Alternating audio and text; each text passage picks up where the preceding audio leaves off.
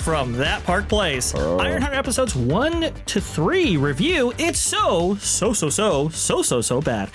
June 25th, 2025, Marvin, Montenaro. Let's see here. There really isn't a way to review Ironheart outside of just calling it what it is. Bad. It's a bad show. It's bad on every level, from the lazy bad cinematography to the lackluster bad graphics, bad wooden performances, and bad writing. Ironheart is the culmination of everything that's gone wrong with Marvel television. It's not just a misfire, it's the final nail. Ooh. Uh-oh. If Echo was lifeless and Secret Invasion was dull, Ironheart is downright insufferable. The show feels like the endgame of the MCU, where every creative decision revolves around identity first and storytelling last, if at all. There's no subtlety, no nuance, no curiosity about heroism or conflict. Instead, what we get is a self-righteous character surrounded by a parade of unlikable people, delivering one smug lecture after another. Yikes, man. I think Marvin said last night, he longs for the days of Echo and Secret Invasion, because apparently those were at least watchable. Jonas, I know you watch this culture. I'm assuming you may have dabbled a little bit. I unfortunately have not seen the show. Please, your thoughts on the first 3 episodes of this, well, what Marvel would like to forget series. I think a rag with ether soaked into it has a more entertainment value, personally.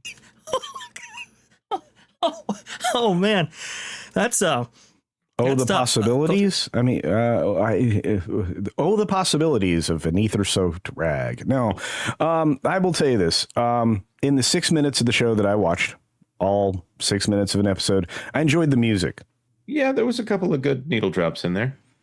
Overall, though, I think that, well, again, I only watched 6 minutes of the first episode because this was not made for me or any other human being on planet Earth, to be fair. And Coogler putting his name on this, and with other recent Disney stars also putting their names against other things, including this show, I would say that with that amount of star power involved in this production, or willing to promote this disgusting display of human activities, I will just say this. Everybody knew what was coming.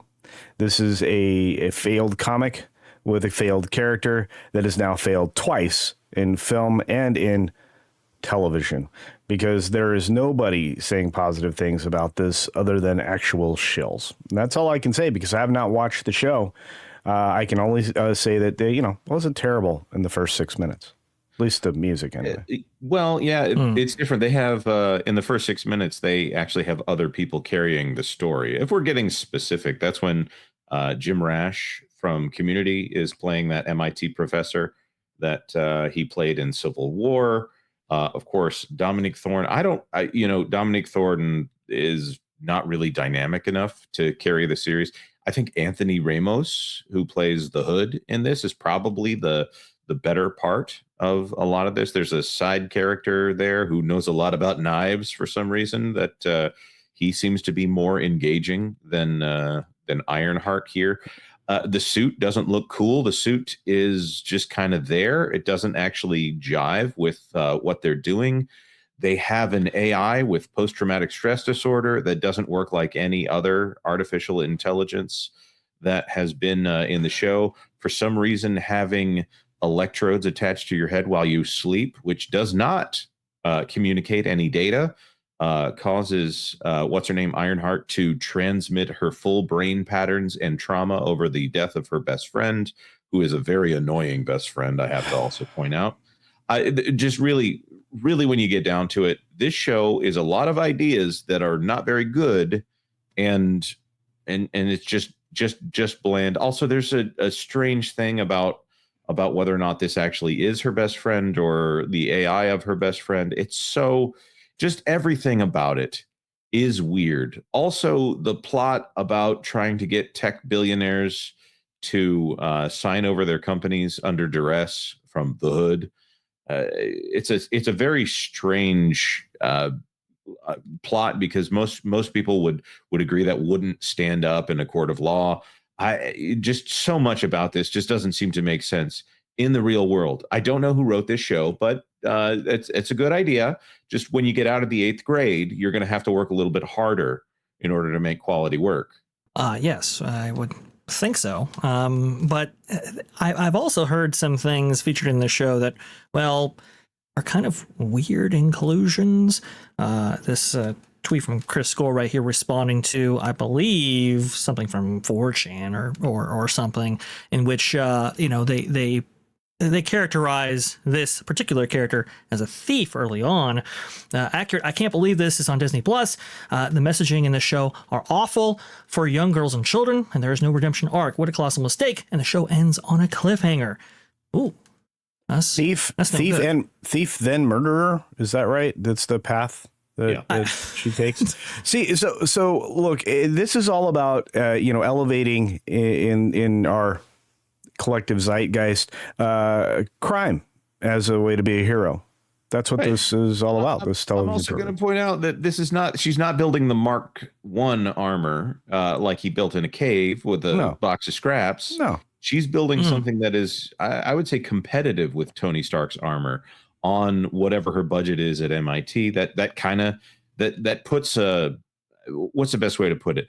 There could be limitations put on the armor that would make it interesting, but instead it's just whatever we needed to do here. The arm detaches. Why? Because that's something that Tony's armor would have been able to do. Like the idea that she is as smart as Tony Stark, which, by the way, they kind of with Shuri, they made her the smartest woman in the MCU. At least she's not smarter than Shuri. But of course, if Shuri was a man, they would have made her smarter than Shuri. There's so much about this. They don't understand that limitations actually make for better shows. So does mystery. Exhausting. Agents of S.H.I.E.L.D. had this down. A third-rate episode of Agents of S.H.I.E.L.D. would be better than this. So I like this review from USA Today here. Review: Ironheart is an unwitting victim of Marvel fatigue by Kelly Lawler here from USA Today. The first line is all I'm going to read. It's one thing to have heart. It's another thing to have soul. Ooh. Not so good right there. And somebody who actually endured the pain of this series, well, he's joining us right now, Mr. Marvin Montenaro of That Park Place. Hey, Marvin! Guys. Hey, what are we talking about? We're talking about Ironheart. A great article by this. Oh, there he goes. No, that was me. You're talking about Ironheart. Oh, I see. He had to leave. Didn't you write this beautiful artistically and accurate article? I did. It is maybe my favorite headline I've ever written because it's probably the most accurate. Because after I watched all 3 episodes yesterday, I called Pro and I was talking about it. And I was like, it's bad. It's just bad. It's just a bad show. It's just bad.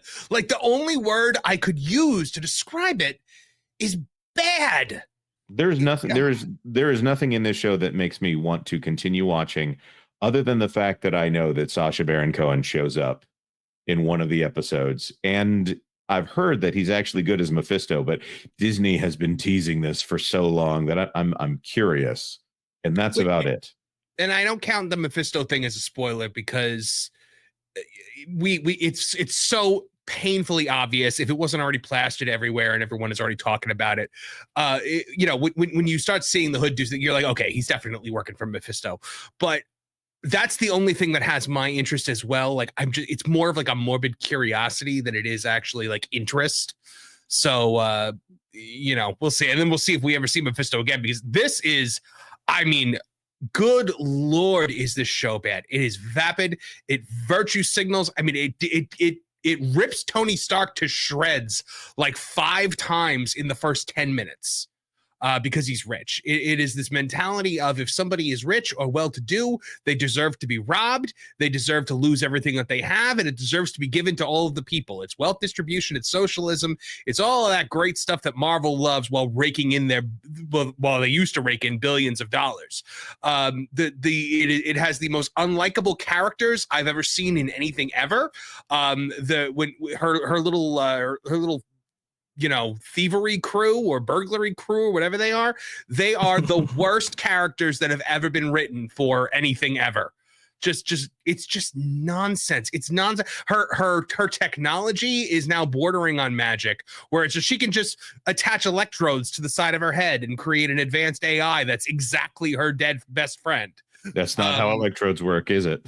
No, it's really not. Yeah, I put them on the on my temple, and all I got was a blistering headache and 12 hours of lost time. Like that's shock treatments, bro.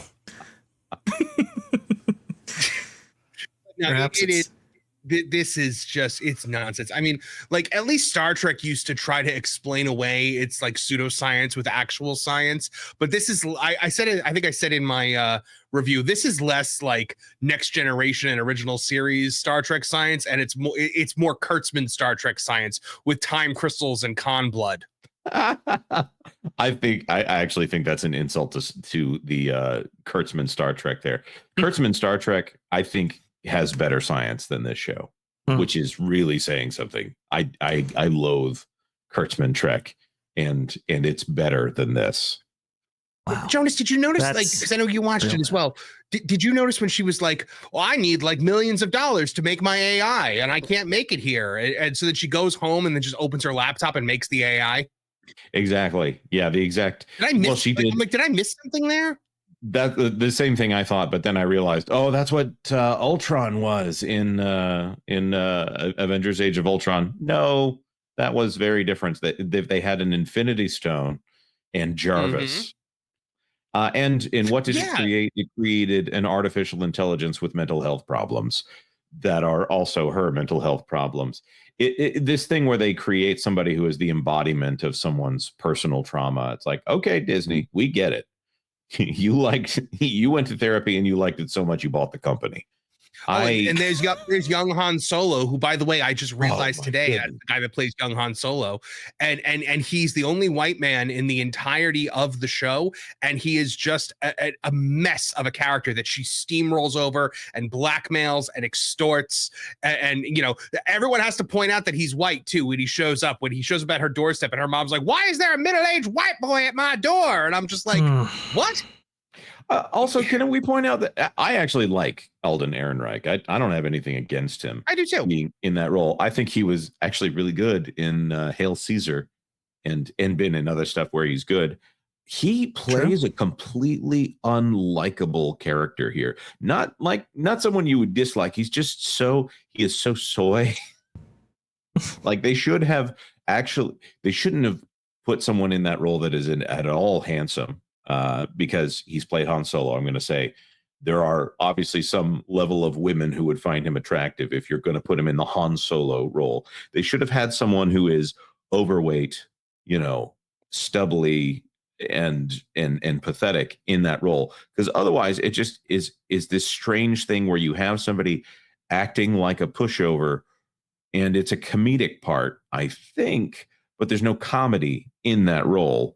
Also, whatever the relationship is between her and him, there's no chemistry between the two of them. Not that it's a romantic relationship, but they should have put what's his name, the one that dies. Sorry for spoilers for anyone who's going to watch this horrible show. The guy who dies off screen, Eric Andre. They should have had Eric Andre playing that role, except that they wanted this guy to be a rich white guy who was descended from Obadiah Stane. That's the big spoiler here. He's supposed to be the son of Obadiah Stane. Oh, this is really super disappointing. One last question before moving on from this. Is there any, I don't know, credence to the score here on Rotten Tomatoes, either from the audience or from the critics? I think they wiped out all of the scores from people who from a certain point on. So it was at 30%, which is, I'm not going to say that everybody in the whole world agrees with my thoughts on this show, but I would say 30% is a more accurate score for this show. Okay. Well, it came in at 79 once they did their magic, but now it's been steadily dropping. It was 66 when I looked this morning, and now it's 64. So what does it have to get to be rotten? 60? I think if it's below for movies, it's like you have to be at least 70 to be certified fresh. On the audience score is what I'm talking about. The audience score got a 40 to 50 point bump. Yeah. At some point. Artificial, I'm sure.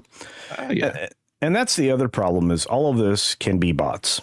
None of this even matters. And when it comes to the critic reviews, they're selectively released for timing's sake so that they don't bring down the score too quickly.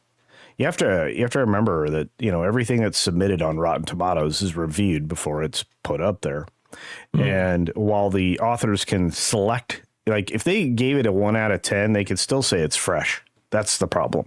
Suffice it to say, Ironheart, I don't think it has a soul, as USA Today beautifully pointed out. This costume is the thing that always got me from the very beginning. I'm like, this looks like a Power Ranger costume messed up with a Transformers reject. I was like, what the hell is this crap? Did you catch what it's powered by? What is Black Girl Magic? No, someone was like, don't you need an arc reactor for those things? She's like, they don't just give those things away. My suit's powered by solar and wind energy. That's an actual line in the show. Jonas, you must be looking at your phone during that point. I maybe that was during my nap. My goodness. I clearly saved my own life by not watching more than 6 minutes of this. Rewriting the rules of the MCU is so ridiculous. The idea that solar and wind could generate enough electricity to get that thing going and not have it charge up. Where's the battery?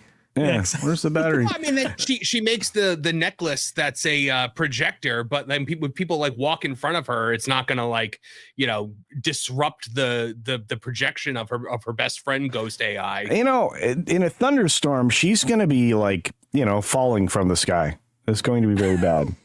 I'm so. There's usually wind in a thunderstorm. Culture search. I think should be okay. Oh yeah, I noticed that giant turbine that's resting somewhere in her costume. Oh my goodness! Like in Iron Man 3, when he falls out of the sky, he looks like he is in a very heavy metal suit, freaking out as that thing tumbles to the ground, and it looks like that thing is both heavy and out of control. Yeah. This is weightless CGI garbage. She's sitting there in her she's crossing her legs in the suit and just being like, "Yo, what's up?" And I'm not even kidding. You continue to argue with the first comic accurate superhero character from the worst comic era imaginable. Stop doing that. We're gonna have to pretend this doesn't exist. Thanks for watching That Park Plays News. For more information, consider checking out www.thatparkplace.com. And don't forget to subscribe, share, like, and send this out on your favorite social media accounts.